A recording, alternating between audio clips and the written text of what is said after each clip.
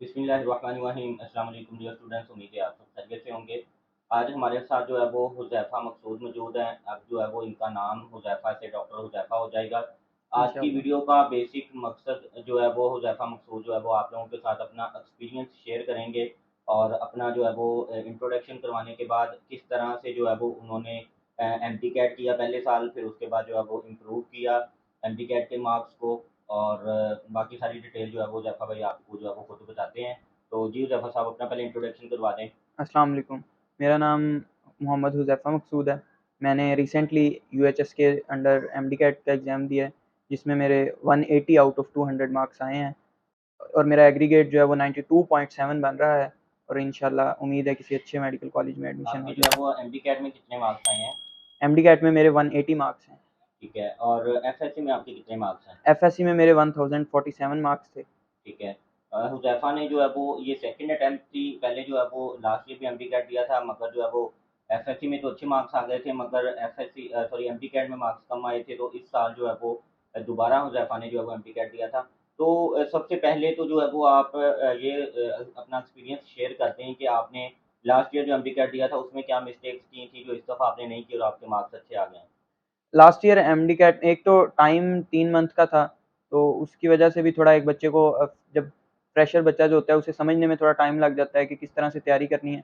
और दूसरी बड़ी वजह जो मेरी मिस्टेक्स थी वो ये थी कि एक तो मैंने बायो के लिए जो है वो फेडरल यूज़ नहीं की थी। मतलब फेडरल क्लास में जो टीचर्स वगैरह लेक्चर देते थे, उससे तो समझ लेना, लेकिन वो कि उसको बाद में जाके बुक रीडिंग नहीं करनी फेडरल की, जिसकी वजह से बायो में मेरी बहुत सी कमियाँ थी। उसके बाद इंग्लिश में मेन जो थी वो रूल्स पे इतनी अच्छी ग्रिप नहीं थी। इसकी ये 2 मिस्टेक्स जो थी ये पिछले साल लास्ट ईयर मेरी मेन मिस्टेक्स थी, जिनकी वजह से मुझे लगता है कि मेरे एमडी कैट में मार्क्स नहीं आ सके थे। आपने लास्ट ईयर एमडी कैट कहाँ से किया था? मैंने लास्ट ईयर मैंने स्टार्स जौहर टाउन लाहौर से तैयारी की थी, और इस साल मैंने किप्स बुरेवाला कैंपस से दोनों सेशन लिए थे, अर्लियर प्रेप भी और रेगुलर सेशन भी। अच्छा, आप जो है वो थोड़ा-सा लाहौर जाने का एक्सपीरियंस शेयर कर दें कि वहाँ के जो है वो क्या पॉज़िटिव नेगेटिव पॉइंट्स थे? वहाँ पे पॉज़िटिव पॉइंट्स टीचर भी अच्छे थे, लेकिन वहाँ पे एक जो मेन मसला होता है वो ये होता है कि जब बच्चा सेकंड ईयर में तो घर पड़ा होता है, वो घर का खाना ये वो हर चीज़ मुयस्सर होती है, लेकिन वहाँ पे जब जाते हैं तो तकरीबन 1 से डेढ़ माह तो एडजस्ट होते-होते लग जाता है, रूटीन बनने में और ये सब कुछ। तो जिसकी वजह से वो समझ ही नहीं आती कि कैसे वो टाइम गुज़र जाता है और इतनी देर में एमडी कैट का एग्ज़ाम भी आ जाता है। और हॉस्टल के हवाले से जो आपने मुश्किलात फ़ेस की हैं? हॉस्टल में ये होता है, एक तो ज़ाहिर है आप अकेले नहीं रह रहे होते, आपको रूटीन को फ़ॉलो करना पड़ता है कि कोई किस टाइम सो रहा है, कोई किस टाइम उठ रहा है, तो आपको वो सब कुछ भी देखना पड़ता है, सबके साथ-साथ रहना पड़ता है। और दूसरी बात ये है कि खाने का मेन मसला होता है, जो कि बाहर रहकर अच्छा नहीं मिलता। और जो आप बता रहे थे कि क्लास में स्ट्रेंथ का जो इश्यू होता है, वो भी थोड़ा-सा एक्सपीरियंस स्टूडेंट्स के साथ शेयर कर दें बड़े सिटीज़ में। बड़े सिटीज़ में असल में लाहौर से मैंने चूँकि तैयारी की थी, तो उसमें ये था कि आउट ऑफ स्टेशन से बहुत से बच्चे आए होते हैं, मोस्टली मेजॉरिटी बच्चे जो हैं वो आउट ऑफ स्टेशन से होते हैं और स्ट्रेंथ जो है वो क्लास की बहुत ज़्यादा होती है। हमारी क्लास में तकरीबन अगर 100 की सीटिंग कैपेसिटी थी तो 100 बच्चा फुल होता था, यानी कि कोई एक चेयर भी जो है वो खाली नहीं पड़ी होती थी। और अगर आप लेक्चर स्टार्ट होने के 15-20 मिनट बाद जा रहे हैं तो आपको जगह ही नहीं मिलती थी, आखिर पे कहीं जगह मिलती थी, जो कि जहाँ से आपको नज़र भी नहीं आता था कि टीचर क्या बोल रहे हैं और क्या समझा आप रहे हैं। लोगों को याद होगा कि मैंने भी जो है वो अक्सर स्टूडेंट्स को यही रिकमेंड किया था जब स्टूडेंट मुझसे पूछते थे, अगर तो आपके सिटी में कोई अच्छा इंस्टीट्यूट मौजूद है जहाँ से आप तैयारी करना चाहते हैं या कॉलेज है, तो आप जो है वो आप कोशिश करें कि अपने सिटी में रहते हुए जो है वो अपना एमटीकेट की तैयारी करें। अगर आप आउट ऑफ सिटी जाते हैं तो फिर बड़े सिटीज़ में क्लास में स्ट्रेंथ ज़्यादा होती है, उनकी क्लास में वो स्पीकर के ऊपर अक्सर जगह पे पढ़ा रहे होते हैं, आप 5-10 मिनट लेट हो गए। हुज़ैफ़ा भी इसी तरह अपना इसने मेरे साथ एक्सपीरियंस शेयर किया कि ये जिस दिन ये लेट हो जाता था तो इसे क्लास में लास्ट वाली जो है वो सीट मिलती थी। और इवन के बोर्ड की जो सर ने जो बोर्ड के ऊपर लिखा होता था वो भी पढ़ने में मुश्किल आती थी। और मतलब वो दिन इस तरह ही जाता था कि 50% चीज़ें जो है वो सीखी हैं, 50% आज रह गई हैं। इस वजह से मैं भी ये रिकमेंड करूँगा आप लोगों को कि अगर आपके सिटी में कोई अच्छा इंस्टीट्यूट या कॉलेज है, आपके पास ऑप्शन है, तो आप दूसरे सिटी में या बड़े सिटीज़ की तरफ मूव करने की कोशिश बिल्कुल भी ना करें। अच्छा, इसके बाद बुक्स आपने कौन-सी फ़ॉलो की थी? वो भी स्टूडेंट्स के साथ अपना एक्सपीरियंस शेयर कर दें। बुक्स मैंने वैसे तो बायो के लिए जो है वो पीटीबी और फेडरल दोनों बुक्स यूज़ की थी। उसके लिए मैंने बायो के लिए ना तो किसी अकेडमी की बुक यूज़ की, ना ही कोई और, जस्ट मैंने बायो की पीटीबी और फेडरल यूज़ की। उसके बाद केमिस्ट्री के लिए मैंने जो है वो जस्ट पीटीबी यूज़ की और उसके बाद जो लेक्चर्स होते थे सर करवाते थे, उसमें जो कॉन्सेप्चुअल चीज़ें हैं, वो देख लेता था और उसके बाद उनको मैं नोट डाउन कर लेता था बुक पे ताकि वो रिवाइज़ होती रहें। इसी तरह मैंने फ़िज़िक्स में एक तो स्टार्स की बुक थी फ़िज़िक्स की, जो मुझे बहुत अच्छी लगी थी, उसमें से मैं चीज़ें करता रहा हूँ और इसी तरह उसके साथ-साथ लेक्चर नोट्स थे, जो उसको मैं करता रहा हूँ फ़िज़िक्स के लिए और इंग्लिश के लिए मैंने स्पेसिफ़िकली किप्स की इंग्लिश की जो बुक है ग्रामर वाली उसको मैंने यूज़ किया था।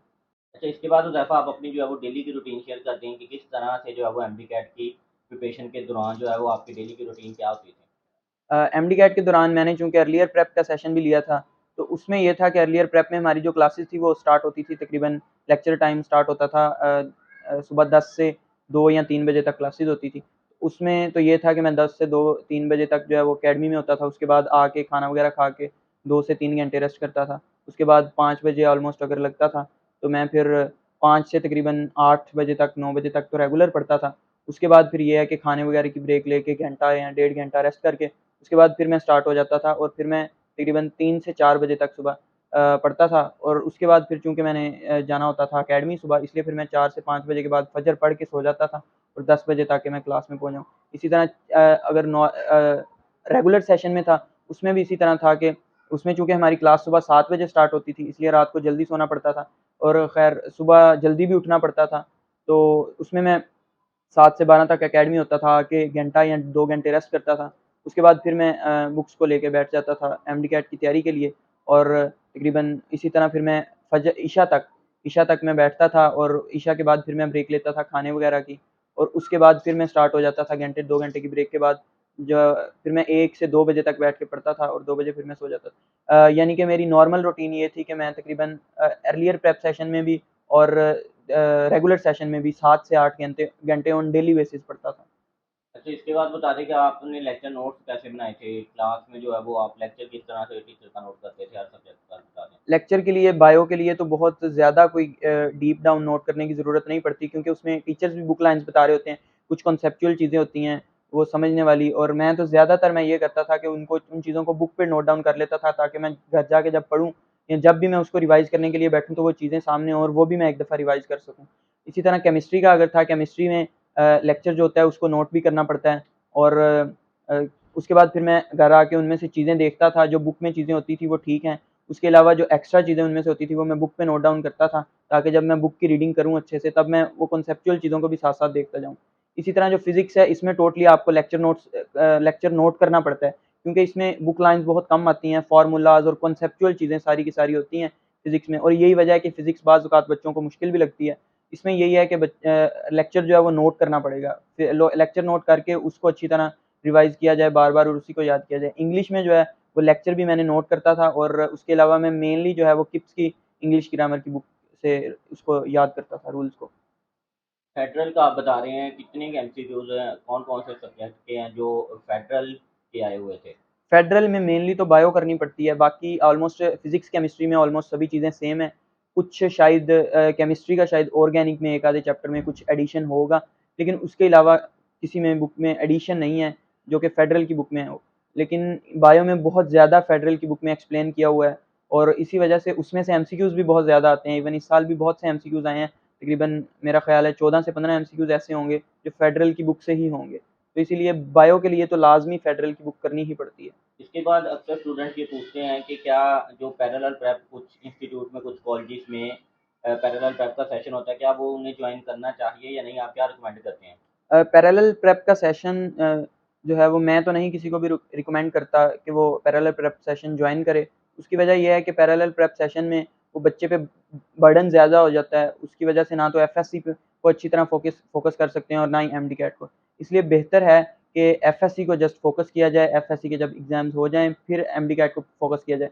हाँ, अगर कोई बच्चा चाहता है कि वो साथ-साथ एमडीकैट के लिए तैयारी करे, तो वो एमडीकैट के लिए जस्ट और जस्ट बायो की जो बुक्स हैं वो एफएससी के दौरान ही पढ़ना शुरू कर दें फेडरल की बुक्स जो लेक्चर उनको कॉलेजेस में या अकेडमीज़ में उनको टीचर्स पढ़ा रहे हैं, वो लेक्चर वो बायो पीटीबी से तो उन्होंने याद करना ही करना है, लेकिन ये है कि फेडरल से अगर वो साथ-साथ उसको रिवाइज़ करते रहेंगे या उसको बुक रीड करते रहेंगे, तो वो उनके लिए फिर एमडी-कैट में थोड़ा-सा बर्डन कम हो जाएगा। लेकिन ये है कि अगर वो ना नहीं भी करते तो एमडी-कैट में मेरा ख़्याल है कि अगर वो पहले दिन से ही अपनी रूटीन इस तरह से बनाते हैं, तो फिर भी इनफ टाइम होता है।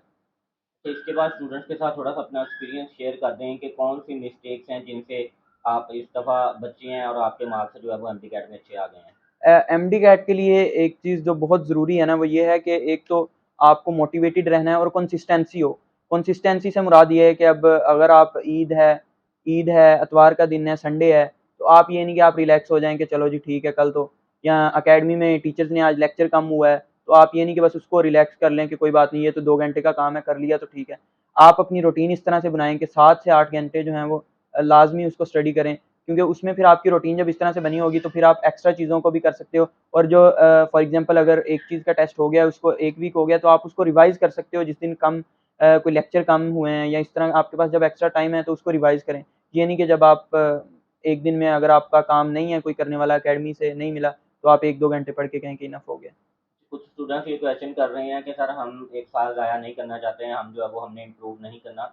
तो आपने इम्प्रूव किया है, तो उसमें जो डिफ़िकल्टीज़ आई हैं और ज़ाहिर-सी बात है फ़ायदा तो उसका आपको हो गया है कि माशाल्लाह से आपका इतना अच्छा एग्रीगेट बन गया है, इज़िली आपका एडमिशन हो जाएगा एमबीबीएस में। जो डिफ़िकल्टीज़ आती हैं इम्प्रूव करते वक़्त, वो स्टूडेंट्स के साथ शेयर कर दें। डिफ़िकल्टीज़ सबसे बड़ी डिफ़िकल्टी तो यही होती है कि बच्चे को मेंटल प्रेशर बहुत ज़्यादा होता है। यही सोच होती है कि अगर इस साल भी ना हुआ, तो साल ज़ाया होगा। और दूसरी बात ये है कि लोगों के ताने कि वो क्या कहेगा, वो क्या कहेगा कि 1 साल भी लगाया लेकिन फिर भी एडमिशन नहीं हो सका। तो लेकिन ये है कि आपने जब अपना गोल बस अचीव करने के लिए खुद को डेडिकेटेड रखें, खुद को मोटिवेटेड रखें, किसी की बातों पे गौर ना करें। और ये है कि मेरा ख़्याल है कि अगर आपके एफएससी में अच्छे मार्क्स हैं और आप डॉक्टर बनना ही चाहते हैं, तो आप फिर इम्प्रूव के लिए लाजमी जाएँ, बजाय इसके कि आप पहले साल ही प्राइवेट की तरफ जाएँ। या अगर आपका किसी और फील्ड की तरफ ध्यान है फिर तो इट्स ओके, कोई बात नहीं। लेकिन अगर आप बनना ही ये चाहते हैं और आप चाहते हैं कि पहले साल ही मैं सेल्फ पे करना शुरू कर दूँ, तो मेरा नहीं ख्याल कि वो वर्थ इट है। तो आपको एक दफ़ा लाजमी चांस लेना चाहिए, इम्प्रूव करना चाहिए एमडीकैट को।